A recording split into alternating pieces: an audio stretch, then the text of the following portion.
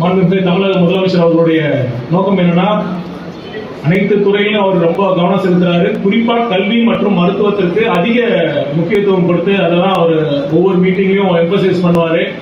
அதனால கல்வி ஒரு மேற்படிப்புக்காக, ஒரு கல்விக்காக ஒரு மாணவர் மாணவியர் வந்து போகணும் படிக்கணும் அப்படின்னு சொல்றப்ப இந்த பொருளாதார வசதி இன்மை ஒரு தடையா இருக்கக்கூடாதுங்கிறதுக்காக இந்த கல்வி கடன் நம்ம ஒரு திட்டம் இருக்கு. இப்போ பார்த்தீங்கன்னா நிறைய பேர் எங்கிட்டையும் மனு கொடுத்துருந்தாங்க. சார் இது மாதிரி பேங்க்ல போனோம், அப்ரோச் பண்ணோம், எங்களுக்காக கிடைக்கல, கொலாட்டல் கேட்குறாங்க, அதாவது கேரண்டி கேட்குறாங்க, கொலாட்டல் கேட்குறாங்க அப்படின்னு சொல்றாங்க.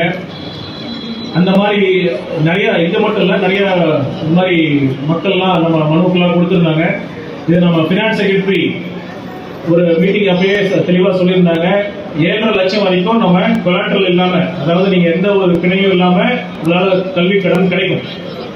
இது பாத்தீங்கன்னா இன்னும் நிறைய சில கோர்சஸ்ல ஃபீஸ் இதுக்கு தாண்டி இருக்கும். ஒரு 10 லட்சம் 12 லட்சம் 15 லட்சம்லாம் இருக்கிறதுனால இது இந்த தொகை, இந்த லிமிட் அதை இன்னும் கூட்டி கொடுக்கணும் அப்படிங்கிறதா நிறைய மாணவர்கள் மற்றும் பெற்றோர்களோட கோரிக்கையா இருக்கு. இதுவும் மாண்புமிகு தமிழக முதலமைச்சர் தலைமையிலான அரசின் கவனத்தில் இருக்கு.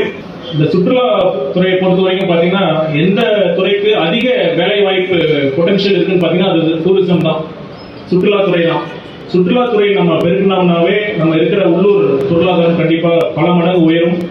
இப்போ நம்ம திருச்செங்கோட்டில் இருக்கிற பெரிய ஒரு சுற்றுலா ஒரு அட்ராக்ஷனா பாத்தீங்கன்னா நம்ம திருச்செங்கோடு அர்த்தநாரீஸ்வரர் கோயில், அதுக்கான ரோப்கார் ஃபெசிலிட்டி அதை கொண்டு வரதுக்கு நம்ம ஏற்பாடு பண்ணிட்டு இருக்கிறோம்.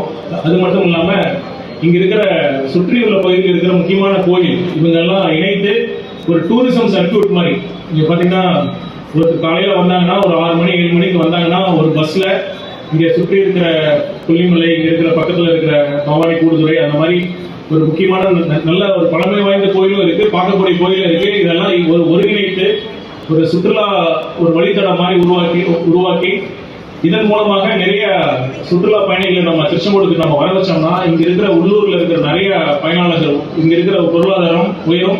அதற்கான முயற்சிகள் நம்ம எடுத்துட்டு இருக்கோம். அதனால கண்டிப்பாக ஒன்று மட்டும் நிச்சயம், கண்டிப்பாக திருச்செங்கோடு தொகுதிக்கு முழுக்க என்னென்ன தேவை, இதை இன்னும் மேன்மேலும் எந்த வகையில் மேம்படுத்த முடியும், இங்க இருக்கிற மக்களுடைய வாழ்வாதாரத்தை எந்த அளவுக்கு உயர்த்த முடியும் என்பது பற்றி தான் நம்ம மாண்புமிகு முதலமைச்சர் நம்ம நேரடியாக பேசி இதற்கு தேவையான அனைத்து திட்டங்களையும் நம்ம கொண்டு வரதுக்கான ஏற்பாடு பண்ணியிருக்கோம்.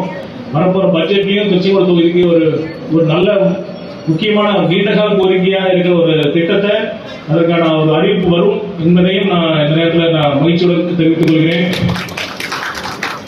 அப்புறம் சுகாதாரத்துறை அமைச்சருங்கிற முறையில் நம்ம நலம் ஏஏ அப்படிங்கிற ஒரு ஸ்கீமும் இன்ட்ரோடியூஸ் பண்ணியிருக்கோம். உங்களுக்கு தெரியும், 22 மாவட்டங்களில் இன்ட்ரோடியூஸ் பண்ணியிருக்கோம்.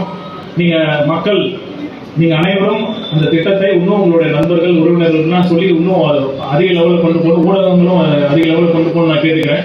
பார்த்தீங்கன்னா நீங்கள் கவர்மெண்ட் ஹாஸ்பிட்டலில் போய் நீங்கள் கியூலெல்லாம் நிற்க வேண்டாம். அந்த நலம் ஏஏ அப்படிங்கிற அந்த வாட்ஸ்அப் சேட்பாட்டை பயன்படுத்தி உங்கள் வீட்டில் இருந்தபடியே நீங்கள் ஓபி முன்பதிவு பண்ணிக்கலாம். அது மட்டும் இல்லை, உங்கள் ஃபார்மசி உங்களோட ப்ரிஸ்கிரிப்ஷன் எடுத்துக்கலாம், டாக்டர்ஸோட ப்ரிஸ்கிரிப்ஷன் எடுத்துக்கலாம். ஃபார்மசியிலேருந்து என்ன கொடுத்தாங்கிறத உங்கள் கைக்கே வந்துடும், மொபைலே வந்துடும். ப்ளஸ் அப்புறம் லேப் இன்வெஸ்டிகேஷன்ஸும் உங்கள் கைக்கு வந்துடும். ஸோ இந்த நலம் ஏஐ ஃபெசிலிட்டிஸையும் நீங்கள் பயன்படுத்தணும். நீங்கள் மட்டும் இல்லை, உங்கள் நண்பர்கள் உறவினர்கள் பக்கத்தில் யார் இருந்தாலும் ஆண்ட்ராய்ட் ஃபோன் இல்லாதவங்களும் இதை பயன்படுத்த முடியும். அந்த ஜஸ்ட் சாதாரண பட்டன் ஃபோன் இருந்தால் கூட அவங்களோட ஓடிபி மட்டும் வச்சு உங்கள் ஃபோனில் அவங்களுக்கான ஓபி முன்பதிவு சீட்டை நீங்கள் பெற்றுத்தர முடியும். அதனால இதையும் நீங்கள் மக்கள்கிட்ட பிரபலப்படுத்தணும்னு நான் கேட்டுக்கிறேன். மீண்டும் ஒரு முறை இந்த நேரத்தில் இன்னைக்கு கல்வி கடன் பார்த்தீங்கன்னா இன்னைக்கு 3.6 கோடி நம்ம இன்னைக்கு வழங்க போறோம். இதுக்கு முன்னாடியே நம்ம இது வரைக்கும் 3 கோடி இது வரைக்கும் பண்ணியிருக்கோம். இந்த நடப்பு கல்வியாண்டிலே ஏற்கனவே 3 கோடி அளவிலான கல்வி நம்ம கடன் நம்ம கொடுத்துருக்கிறோம். இன்னைக்கு ஒரு 3.6 கோடி அளவிலான கல்வி கடனை கொடுக்க போறோம். இதுவும் ஒரு ஆரம்பம் தான். இன்னும் வரும் காலங்களில் எந்த ஒரு மாணவனும் உயர்கல்வி படிப்பதற்காக கடன் இல்ல பொருளாதாரம் வசதி இல்லாம அவங்களுடைய கல்வி தடப்படக்கூடாது. அதற்காக நான் இங்க இருக்கிற லீட் பேங்க் மேனேஜர் சரவணன் ஐயா அவர்களுக்கும் மற்ற வங்கி மேலாளர் அவர்களுக்கு நான் கேட்டுக்கிறேன்னா, தயவு செய்து மாணவர்கள் கல்வி கடன் கேட்டு விண்ணப்பிக்கிற பொழுது அவங்களுக்கு தாராளமாக கல்வி கடன் கொடுத்து உதவ வேண்டும் என்று கேட்டுக்கொண்டு, கல்வி மட்டும்தான் உங்களை வாழ்க்கையோட அடுத்த கட்டத்துக்கு, அடுத்த ஆப்பர்ச்சுனிட்டிஸ், அடுத்த வாய்ப்புகள் அனைத்துக்கும் ஒரு வாயில். அதுதான் that education is the only gateway to your opportunities and the life. அதனால இந்த கல்வியை மட்டும் நம்ம விட்டுறக்கூடாது.